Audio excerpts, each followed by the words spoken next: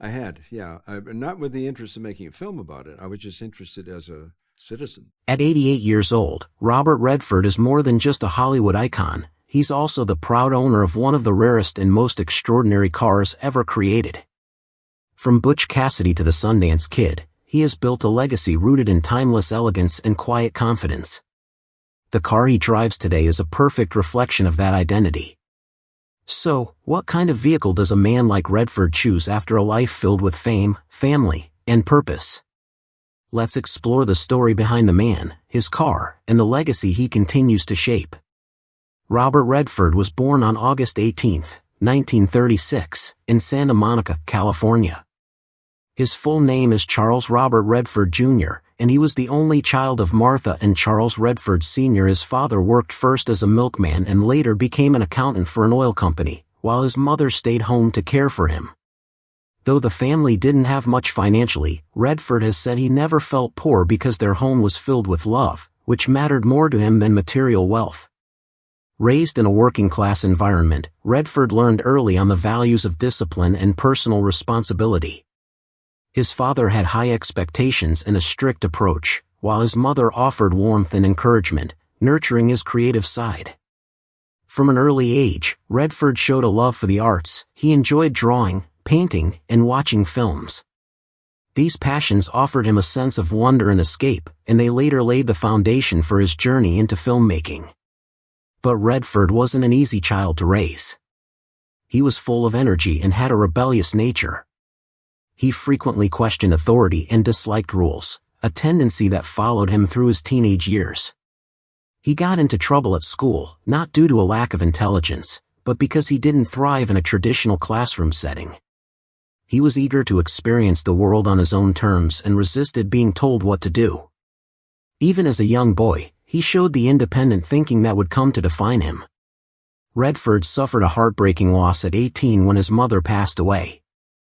Her belief in his potential had always been a guiding force in his life. Her death left a deep emotional void but also fueled his determination to take risks and pursue his dreams. He attended Van Nuys High School in Los Angeles, where his academic performance continued to lag due to disinterest. After graduating, he enrolled at the University of Colorado but was eventually expelled for poor grades and behavioral issues, something he later attributed to excessive drinking and partying. After his departure from college, Redford chose to travel, a decision that marked a major turning point in his life. With no set plan, he journeyed through Europe, spending time in France, Spain, and Italy. He supported himself with odd jobs, explored different cultures, and immersed himself in art. He visited museums, painted regularly, and spent time with other creatives. Being far from home gave him the emotional and creative space to grow. He came to understand how vast the world was compared to what he had known in California, and this expanded his perspective. While living in Paris, Redford studied painting at the Académie de la Grande Chaumière. He was deeply committed to becoming a visual artist and devoted countless hours to honing his craft. Art gave him purpose and direction. Still, despite his passion and dedication, he began to sense that something was missing from his life. He loved expressing himself through visual art, but he longed for a deeper connection with people. That desire led him to consider acting. After coming back to the United States, Redford moved to New York City and enrolled at the American Academy of Dramatic Arts. There, he trained as an actor and began learning the fundamentals of performance. It was a difficult shift. He had no prior experience in theater, and acting was an entirely unfamiliar world. Still, he was committed. He observed other actors, studied scripts, and pushed himself to grow. Gradually, his confidence improved, and before long, he began landing small roles in both television and theater. Redford's early journey was filled with challenges, self-discovery, and transformation. Each obstacle helped shape his identity. Being expelled from college might have discouraged many, but for Redford, it became an opportunity to break free from societal expectations. Traveling solo across Europe instilled in him a sense of independence and bravery. He didn't follow a conventional route, he created his own. That rebellious, non-conforming attitude carried into his adult life. He resisted being confined, whether in Hollywood, his personal life, or the roles he chose. He consistently avoided the predictable leading man image, favoring characters with emotional depth and complexity. Redford also wasn't afraid to step away from the spotlight to direct or champion independent cinema. His creation of the Sundance Film Festival in 1981 highlighted his dedication to supporting unique and underrepresented voices in the industry. Now that you understand where Robert Redford came from, you'll see how all of these experiences continue to influence his life and choices today. Robert Redford didn't become a Hollywood legend overnight. His path to stardom was gradual, built on perseverance and years of small roles. He started acting on television in the late 1950s, appearing in series such as Perry Mason, The Twilight Zone, and Alfred Hitchcock Presents. These early appearances gave him valuable experience and helped him feel more at ease in front of the camera. Even in brief roles, his presence and natural talent stood out. His major breakthrough came on stage. In 1963, Redford starred as Paul Brad in Neil Simon's Broadway hit Barefoot in the Park, playing a young husband navigating life with his free-spirited wife in a cramped New York apartment. His performance, marked by charm, comedic timing, and warmth, won over audiences. The play was a huge success, running for more than 1,500 performances. His success on stage eventually opened doors in Hollywood. Redford made his film debut in War Hunt in 1962, but his film career initially progressed slowly. For a time, he found himself in supporting roles or parts that didn't quite showcase his range. Things changed in 1967 when he reprised his stage role in the film version of Barefoot in the Park, co-starring Jane Fonda. The film was a hit, and Redford's charismatic performance made him a household name. His chemistry with Fonda lit up the screen, and audiences appreciated the natural rhythm between them in a romantic comedy setting. Then, in 1969, Redford's career soared with Butch Cassidy and the Sundance Kid. Starring alongside Paul Newman, Redford portrayed the Sundance Kid, a cool, composed outlaw with a quiet edge. The movie was stylish, entertaining, and emotionally engaging. Redford's portrayal introduced audiences to a new kind of cinematic hero, intelligent, sensitive, and subtly rebellious. The film's success cemented his status as one of Hollywood's most sought-after actors. From that moment forward, he became a household name. Following the success of Butch Cassidy and the Sundance Kid, Redford starred in a string of acclaimed films that shaped his legacy and left a profound impact on American cinema. In 1973, he teamed up again with Paul Newman in The Sting, a witty and stylish film about two con artists executing an elaborate scam. The movie won 7 Academy Awards, including Best Picture. Redford's performance as Johnny Hooker was lively, clever, and humorous. He earned a nomination for Best Actor, and the film turned into another major hit. That same year, Redford starred alongside Barbra Streisand in The Way We Were, a romantic drama exploring the love story between two contrasting individuals. He played Hubble Gardner, a charismatic and easygoing writer whose relationship with a politically driven woman ultimately fell apart due to their deep differences. The film was emotionally rich and powerfully performed. It became a classic romance, largely thanks to the unforgettable chemistry between Redford and Streisand. In 1976, Redford played journalist Bob Woodward in All the President's Men, a tense and gripping film based on the real-life investigation by Washington Post reporters into the Watergate scandal. Dustin Hoffman co-starred as Carl Bernstein. The film captured the power of journalism in uncovering corruption at the highest levels.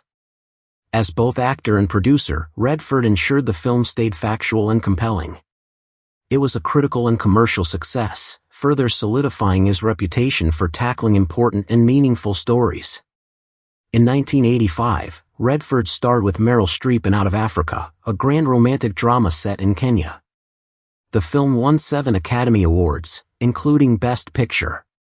Redford portrayed Dennis Finch Hatton, a mysterious, free-spirited man who captures the heart of a Danish writer, played by Streep. The movie was visually stunning and emotionally resonant. It became one of Redford's most beloved roles, enhancing his image as a deep and compelling leading man. Throughout his career, Redford received numerous awards for his acting, but his greatest recognition came as a director. In 1980, he directed his first film, Ordinary People, a quiet and poignant story about a family coping with grief after the loss of a son. The film was intimate and beautifully crafted. Redford won the Academy Award for Best Director, an extraordinary feat for a debut. The film also took home Best Picture, proving Redford's talent extended well beyond acting and confirming his place as a serious and thoughtful filmmaker. In 2002, he was honored with an Academy Award recognizing his lifetime contributions to cinema, not only for his acting and directing but also for his efforts to champion independent filmmakers and new creative voices. Redford's influence on Hollywood extends far beyond his screen performances. As a director and producer, he remained committed to telling impactful stories and nurturing emerging talent. He firmly believed in cinema's ability to inspire, inform, and provoke thought. In 1981, Redford founded the Sundance Institute, a nonprofit dedicated to supporting independent film and artists. One of its most significant accomplishments is the Sundance Film Festival, held annually in Park City, Utah. It has become the world's premier showcase for independent filmmakers, launching the careers of directors like Quentin Tarantino and Steven Soderbergh. Redford envisioned a space where innovative ideas and new voices could flourish without the constraints of mainstream studios. Through Sundance, he helped introduce unique, powerful, and original films to audiences who might not have encountered them otherwise. To Redford, great films didn't need massive budgets, they just needed heart, vision, and purpose. They only needed heart and honesty. This dedication turned him into a hero for many young artists and helped transform the film industry. As a producer, Redford focused on thoughtful and meaningful films. He picked stories that resonated with him and backed projects that addressed real-life issues. His willingness to take risks made him a pioneer in independent cinema. He also played a major part in Hollywood's golden age during the 1970s, a time when studios began granting directors more creative freedom. Redford collaborated with some of the era's top filmmakers and starred in films that were intelligent, impactful, and enduring. He helped prove that cinema could be both artistic and entertaining. As he aged, Redford continued to be a respected presence in the film world.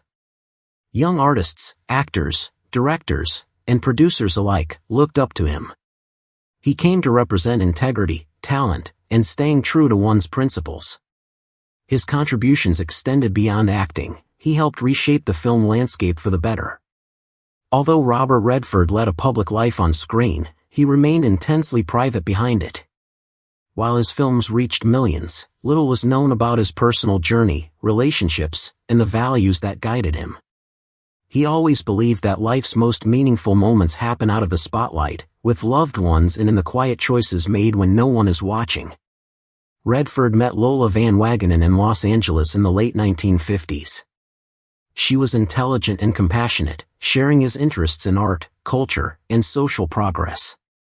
At that time, Redford was still searching for direction, and Lola believed in his potential. They married in 1958 when he was just 22 years old, and their marriage lasted nearly 30 years. Together, Redford and Van Wagenen built a family. They raised 4 children far from the frenzy of Hollywood. As Redford's fame grew, Lola pursued her own path. She became a historian and activist, co-founding Consumer Action Now, an organization dedicated to environmental and social advocacy. She later earned a PhD in American history. While Redford remained a public figure, Lola stayed deeply involved in meaningful work.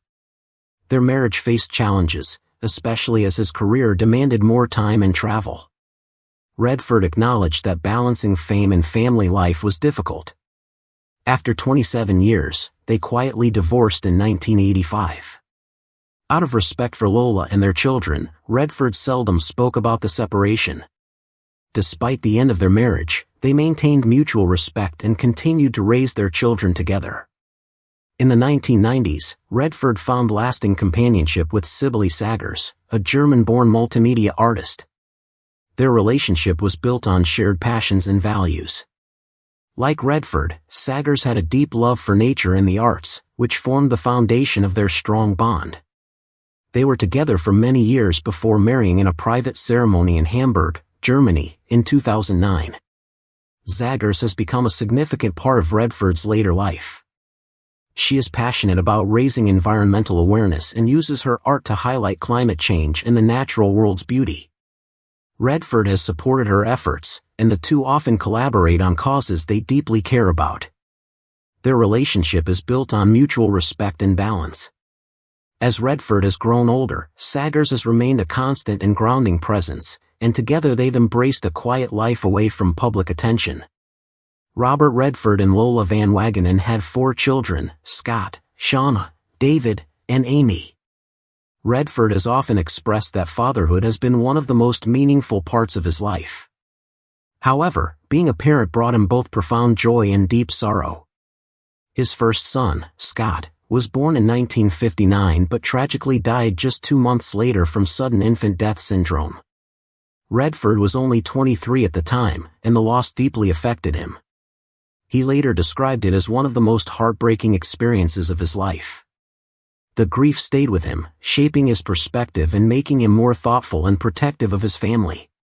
His daughter Shauna, born in 1960, became an artist and has largely stayed out of the public eye. David, born in 1962, followed in Redford's footsteps and became a filmmaker and activist. Sadly, David passed away in 2020 after a long illness with liver cancer. He was a gifted director known for insightful documentaries, including The Big Picture, Rethinking Dyslexia. His passing marked another painful loss for Redford. Amy Redford, born in 1970, also entered the film world, taking on roles as an actress, producer, and director.